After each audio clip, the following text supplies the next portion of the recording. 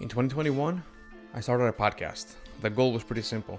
Talk to other Greeks who left Greece in pursuit of a better future, just like myself. Some of them had moved decades ago, others right after the most recent financial crisis. But all of them had a story worth telling.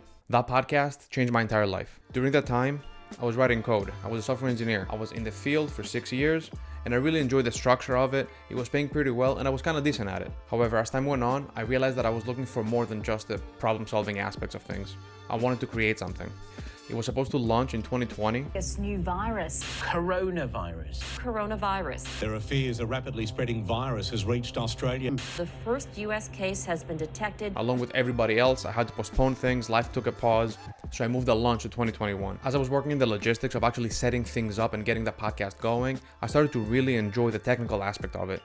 Setting up the room, soundproofing it, getting microphones, getting recorders in place, making sure everything sounds good. Every episode was about the Greek experience abroad, the sacrifices, the resilience, the good things that come along with it, as well as the nostalgia for home. As the conversations went on, I was getting better at actually asking the right questions from people. I realized that the storytelling was something that was really attractive to me also. All of those stories started to connect me with something bigger. As time went on, I decided to get into YouTube.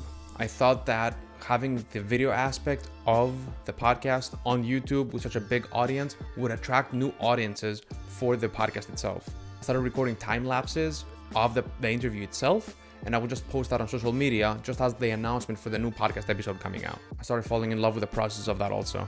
I started looking at color, framing, composition. I started looking at all of those things that make filmmaking exciting. Before I knew it, I had my own camera, and I was starting to add a vlog aspect to the channel itself. Once the vlog started to do a little bit better, and I was getting a lot of positive feedback from people who actually wanted to see more footage and more images of what I'm experiencing, I found myself using the camera more than I was using the microphone. Went from just filming simple shots of the podcast with static images of my conversations with people to the vlog, to eventually the podcast becoming less of the interesting thing and filmmaking was the prominent thing that I was going after. A couple of years after launching the first podcast episode, I started to enjoy filmmaking so much that I decided to make a huge career change and move into videography as my full-time profession.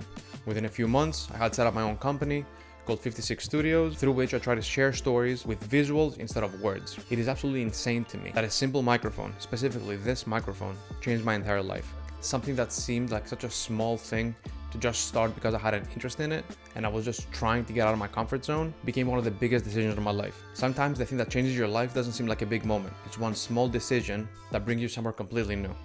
For me, it was this mic. For you, it might be something else.